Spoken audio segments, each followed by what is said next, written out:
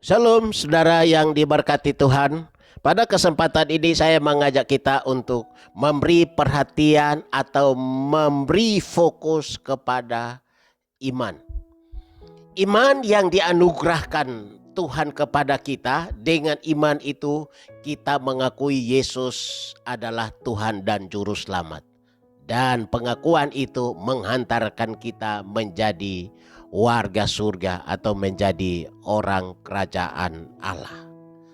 Tetapi yang kedua, iman yang dikaruniakan kepada kita juga berperan dan bermanfaat, bertujuan untuk kita mengoperasikan keadaan kita. Dalam Alkitab Ibrani pasal 11 ayat yang pertama dikatakan, iman adalah dasar dari segala sesuatu yang kita harapkan dan bukti dari segala sesuatu yang tidak kita lihat. Iman adalah dasar dari segala sesuatu yang kita harapkan. Menjadi pertanyaan, apa yang menjadi harapan saudara untuk masa depan? Apa yang menjadi harapan saudara untuk pekerjaan? Apa yang menjadi harapan saudara untuk pertumbuhan kerohanian saudara? Apa yang menjadi harapan saudara untuk rumah tangga saudara? Apa yang menjadi harapan saudara untuk masa depan anak-anak? Saya kira semua orang pasti mengharapkan yang baik. Jikalau demikian, maka Alkitab memberi kita pemahaman bahwa dasar untuk mencapai, dasar untuk menerima apa yang kita harapkan itu, iman menjadi dasar. Jikalau iman menjadi dasar untuk yang kita harapkan, dengan dan berjalannya waktu dalam perkenanan Tuhan, Tuhan akan mewujudkannya menjadi sebuah bukti. Itulah sebabnya pada kesempatan ini saya mengajak saudara untuk memikirkan contoh-contoh atau tokoh-tokoh iman dalam Alkitab. Dalam Alkitab, kalau dalam Ibrani pasal yang ke-11 ada tokoh-tokoh iman yang dicatat yang hebat. Ada Habel, ada Henok, ada Nuh, ada Abraham dan sebagainya. Dengan iman maka Tuhan berkenan kepada mereka. Dengan iman mereka melakukan tindakan-tindakan yang surga memandangnya juga berkenan. Tindakan iman yang dilakukan oleh Habel, tindakan itu diterima oleh surga karena dia mempersembahkan yang terbaik lebih daripada Kain. Tindakan iman yang ada pada Abraham, dia mengikuti dan taat kepada perintah dan keputusan Tuhan, sehingga dia menerima apa yang baik. Bapak ibu saudara yang diberkati Tuhan, ada contoh lain dalam Alkitab. Matius pasal yang ke-15, kalau saudara baca di sana, ada seorang perempuan Kanaan yang kondisi keluarganya di mana anaknya sakit. Dan dia mencari cara bagaimana anaknya harus sembuh. Dan dia tahu bahwa Yesus punya kapasitas untuk kesembuhan itu. Yesus mampu untuk itu, maka dia datang kepada Yesus. Waktu dia menghampiri Yesus, tantangannya luar biasa. Dia ditolak, bahkan dia dapat perlakuan yang terhina. Tetapi Alkitab mencatat kepada kita, perempuan itu terus mendekati Yesus dan meminta kepada Yesus untuk pemulihan kesehatan anaknya. Sampai Yesus mengeluarkan satu kalimat. Kalimatnya mengatakan, "Hai ibu, besar imanmu. Maka jadilah seperti yang engkau kehendaki." Dari pengakuan Yesus kepada iman perempuan itu, marilah kita belajar bahwa perempuan ini mengharapkan anaknya pulih.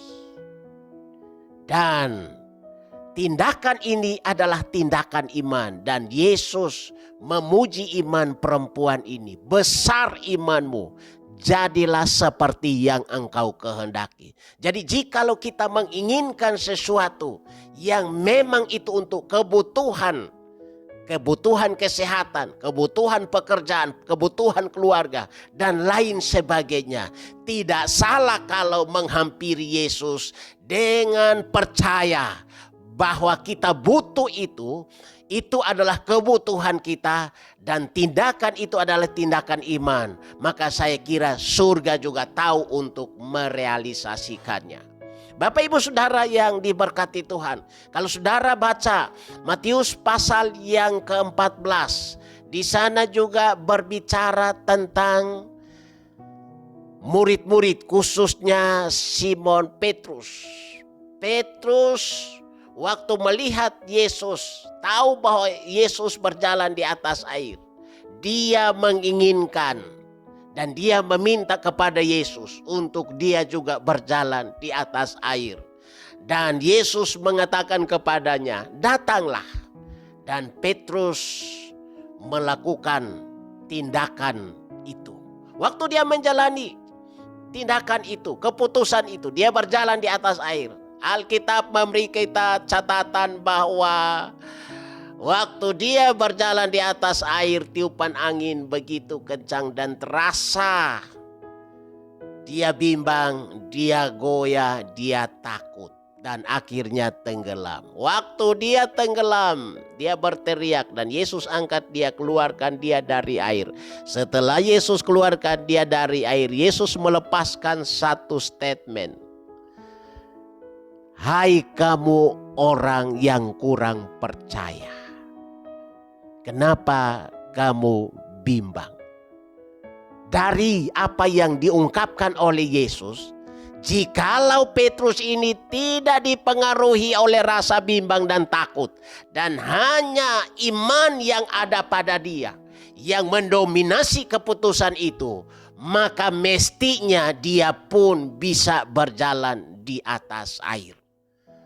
Oleh sebab itu, hari ini saya mengajak saudara, segala sesuatu yang kita harapkan, yang itu menjadi kebutuhan manusia kita pada umumnya, tidak salah kalau kita melangkah.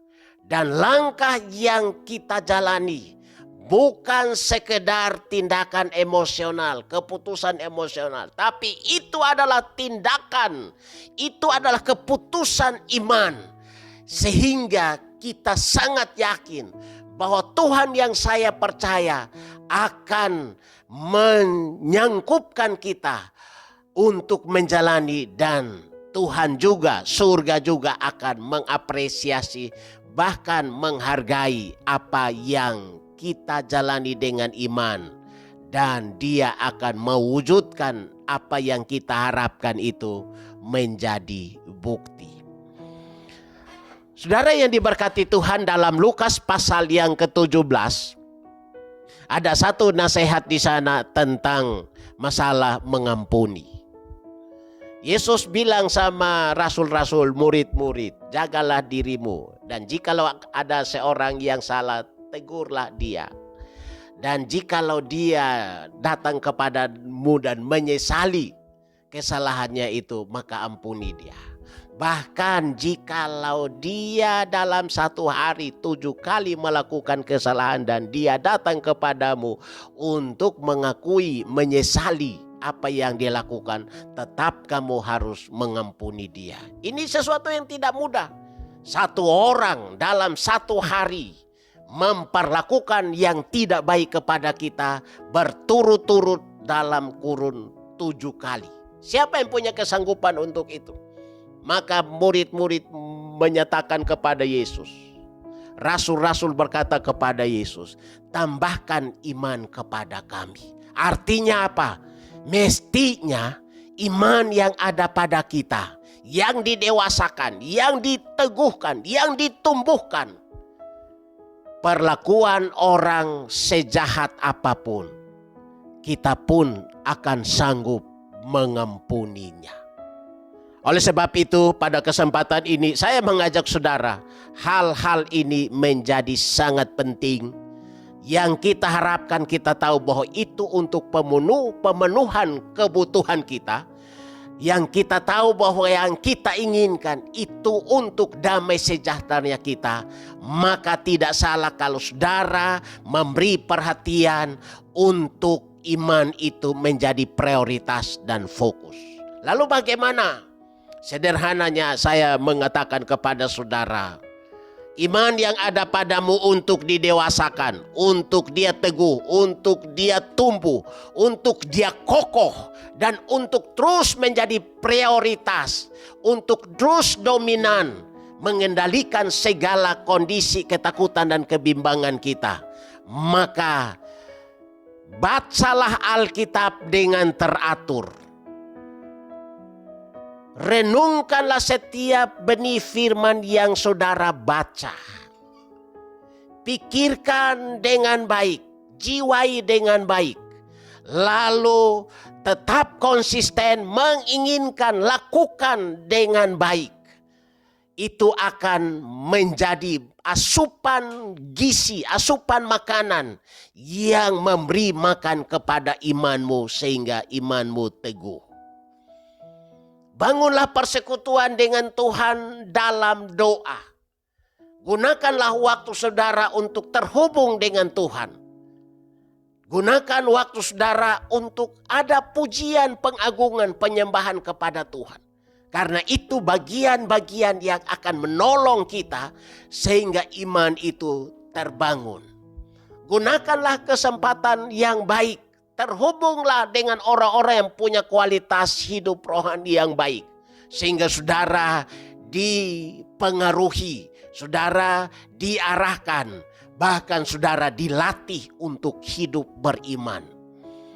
Dan lain hal-hal yang penting, yang saudara tahu bahwa itu penting untuk kebutuhan imanmu, lakukanlah, bangunlah. Sehingga iman menjadi prioritas, iman menjadi fokus. Karena kita butuh iman untuk kita mengoperasikan keadaan kita dan hidup kita. Mari fokuskanlah dirimu untuk memberi perhatian kepada pertumbuhan iman, kedewasaan iman. Nama Tuhan dipermuliakan dan selamat menjalani keadaanmu dengan menggunakan iman yang ada padamu. Shalom.